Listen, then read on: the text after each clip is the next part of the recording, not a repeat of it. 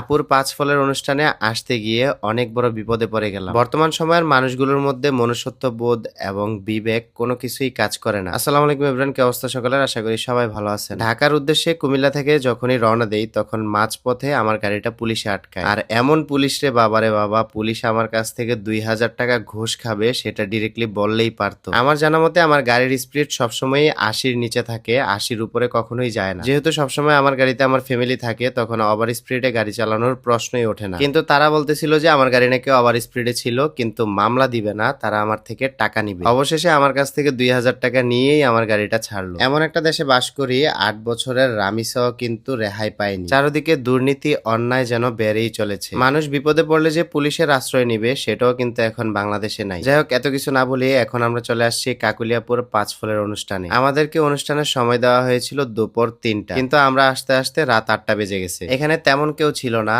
আপুর মোটামুটি ফ্যামিলির মানুষজন আর কিছু পরিচিত মানুষজন আমরাই ছিলাম। যে কোনো অনুষ্ঠান হোক বা সেলিব্রেশন হোক, আপু সবসময় আমাদেরকে নিবেই। আমরা না আসতে চাইলেও এক প্রকার জোর করেই সে আমাদেরকে নিয়ে আসবে। এই অধিকারটা অবশ্য সবার মধ্যে থাকে না, যেটা আমাদের মধ্যে রয়েছে। আর মাহবুব ভাইয়ের সাথে দেখা হলে তো আমরা সেই শৈশবে হারিয়ে যাই, যেন মনে হয় আমরা দুইজন বাচ্চা। আপনারা ভাবতে পারেন যে আমরা এত খাবার কিভাবে খাই এবং এত দ্রুত কিভাবে ওয়েট গেইন করছি। আপনারা যারা আমাদের মতো এভাবে ওয়েট গেইন করতে চান, natural by gain Facebook page থেকে ওয়েট গেইনের প্রোডাক্টটি খেতে পারেন, যেটা খেলে আপনারা পার্মানেন্ট ভাবে ওয়েট গেইন করতে পারবেন। পেজটা আপনাদের সুবিধার্থে এই ভিডিওর ডেসক্রিপশনে মেনশন করা থাকবে। কাকুলিয়াপুর কথা কি বলবো, সে এখনো বাচ্চাই রয়ে গেছে। তার নাকি ৫ ফলের অনুষ্ঠান আর সেই দেখেন নাচতেছে। আমরা একসাথে হলে এত মজা আর দুষ্টুমি করি, এরকম মজা আর দুষ্টুমি মনে হয় না আর কেউ করে। আর একসাথে হলে আমাদের সময়টাও খুব তাড়াতাড়ি চলে যায়। অনুষ্ঠানে এদিকে সবার জন্য ফুচকার আয়োজন করা হয়েছে, যেটা আমি এখন খেয়ে ট্রাই করব। এই ফুচকাটা আমি অলরেডি খাইছিলাম, মাহবুব ভাইয়ের বাসার পাশেই রয়েছে। এই ফুচকাটা সত্যি অনেক বেশি মজা, যে একবার খাবে বারবার খেতে ইচ্ছে করবে। ও হ্যাঁ, আপনারা আবার অনেকেই বলতে পারেন যে আপুর ৫ ফলের অনুষ্ঠানে আমরা আবার খালি হাতে চলে আসলাম নাকি। আমাদের ইচ্ছে ছিল কিছু একটা উপহার দিব,